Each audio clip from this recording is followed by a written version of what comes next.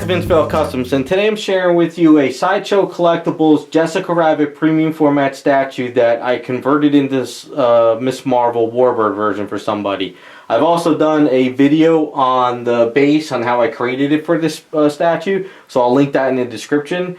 But when somebody contacted me a while back and they wanted to take the Jessica Rabbit and change it into Ms Marvel, I jumped at the idea because Jessica Rabbit is almost like Harley Quinn. You could pretty much take the statue and you can convert it into tons of different characters and it works for her. It's just one of these characters that you can have a lot of fun with and it works and you could change stuff up. So a couple of the past Jessica Rabbits I've done was Slave Leia, Wonder Woman, Dark Phoenix, Playboy Bunny, and a French maid. And they all look great and they're always, you know, it's always fun to work on the Jessica Rabbit statue. Now, I wish I was able to get more of these because I remember when these came out on Sideshow back in the day. For the longest time, they were like $100, $150 a pop. Never really thought about it. And then when I did pick them up to make the French maid and Playboy Bunny, they just skyrocketed in price after that. But it's like I said, it just with this statue, you can make almost anything out of her, and it always works. So while I'm not a huge fan of Carol Danvers' Ms Marvel, growing up reading Marvel Comics, X-Men, and all that stuff, this Warbird outfit was always my favorite. I always loved the design of this outfit. I really like the idea of, you know, just it's kind of simple, but it works. And I always liked the design. I've done a lot of custom statues of this design. It's just one of those things that I always liked, and I wish they would have brought it back. It just works great for the character. And it just was a lot of fun working on it. So once you pretty much take the cloth off, you have to work out the chest a little bit here and there to get that even. Basically it's two pieces that are glued together to hold in the cloth outfit. So what you have to do is you have to Dremel out and get all that cloth out. And then I kind of filled it in and I rebuilt this area going around and made it secured, because most of the Jessica Rabbits that I get to work on people, about 8 times out of 10 it's always broken at the waist, because even though the cloth is pretty much covering this area, most people don't realize that their actually Jessica Rabbit is broken at the waist. But Sideshow did a good thing, and I think they put a big rod through the waist and everything. So all the times I've ever worked on them, it would be like twisted a little bit, but there was always a rod in there. So what I do is, no matter which one I customize, I always Dremel out everything and I re-secure the waist area just to be on the safe side, because the cloth isn't covering it. But this one, actually the waist wasn't broken, which was good. But this one actually gave me a lot of trouble trying to get the cloth off, because when I was going with the Dremel tool, the cloth actually was like liquefying and melting, because it's actually like plastic. It wasn't actually cloth like cotton. So a lot of the plastic and stuff was going all over the item. But once I got that all done, it was just a matter of just working out the outfit, sculpting up the boots and all that stuff. Now her arms are removable. They are, I decided it's easier this way for shipping and also packing. So I did my typical metal rod in there with magnets on each arm. So this way it's a little bit safer to actually, you know, pack her up and everything, because these fingers are very, very fragile. They can snap with ease.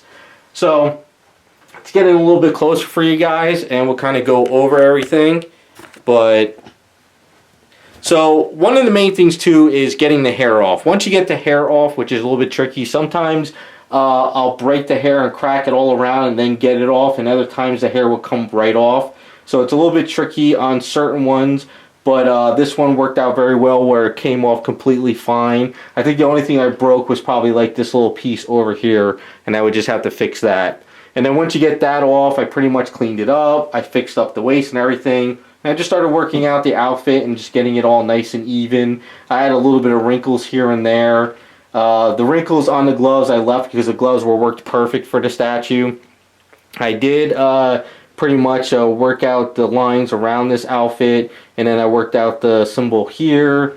The mask was a little bit tricky. I had to kind of come up with a design where the mask works for her, but it still feels animated, only because she's got those huge eyes. So that was a little bit tricky. But once I did some drawings with some pencil work and I sent it to the client, he was happy with it.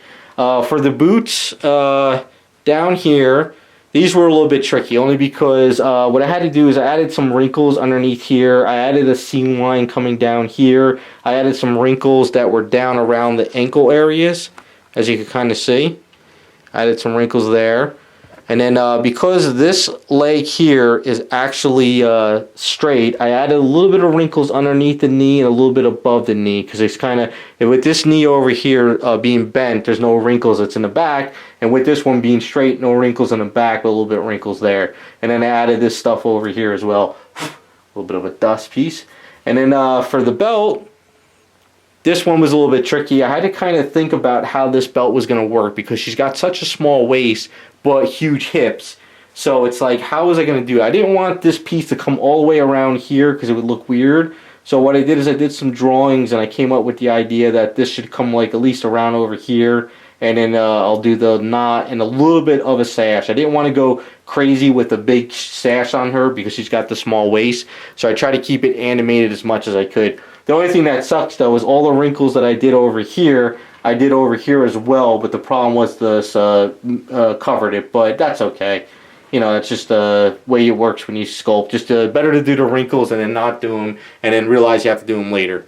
And then, of course, if you watch the video, you can see how I did this base up. So this way, you know, she's got a nice moon rock base like the Bowen Design Silver Surfer.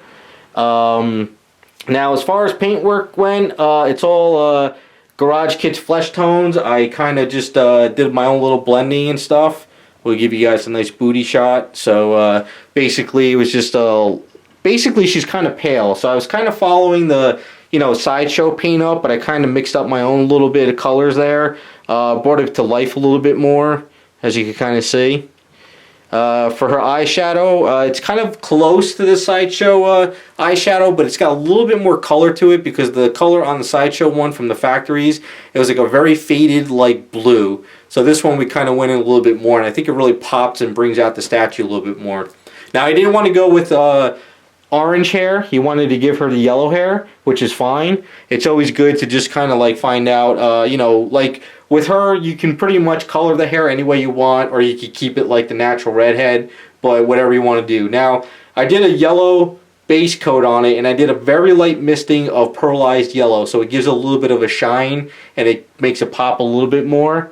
So that's kind of what I went with that route. Now, as far as the outfit goes, it is all gunmetal from Tamiya, with a little bit of black shading in certain areas, and then I really did a high gloss on it, so it's got this really, you know, bright, shiny latex look onto her, which I think really works well for her, because, you know, Jessica Rabbit's got that dress that's all glittery, so you got to kind of at least do that with this statue as well.